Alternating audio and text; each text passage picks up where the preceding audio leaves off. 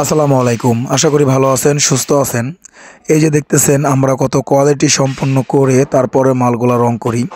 আসলে এই মালগুলা এখন রঙের উপযোগী হয়ে গেছে। আপনারা একবার লক্ষ্য করেন যে কতটা ফিনিশিং করে তারপরে আমরা মালগুলা রং করব।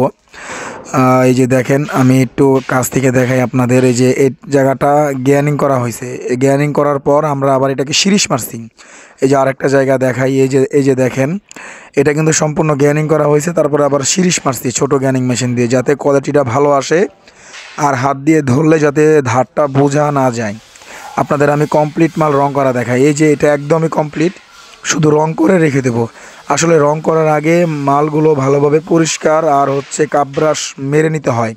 যদি আপনি ভালোভাবে পরিষ্কারই না করেন তাহলে কিন্তু রঙের পর এটা আবার জং দেখা যাবে। তাই সবাই রং করার আগে অবশ্যই ভালোভাবে পরিষ্কার করে নেবেন। এই যে দেখেন কাপ ব্রাশ করার পরও কিভাবে আমরা ছোট গ্যানিং মেশিন দিয়ে যে শিরিষ মারতেছি, যাতে কোনো রকম ময়লা না থাকে। দেখছেন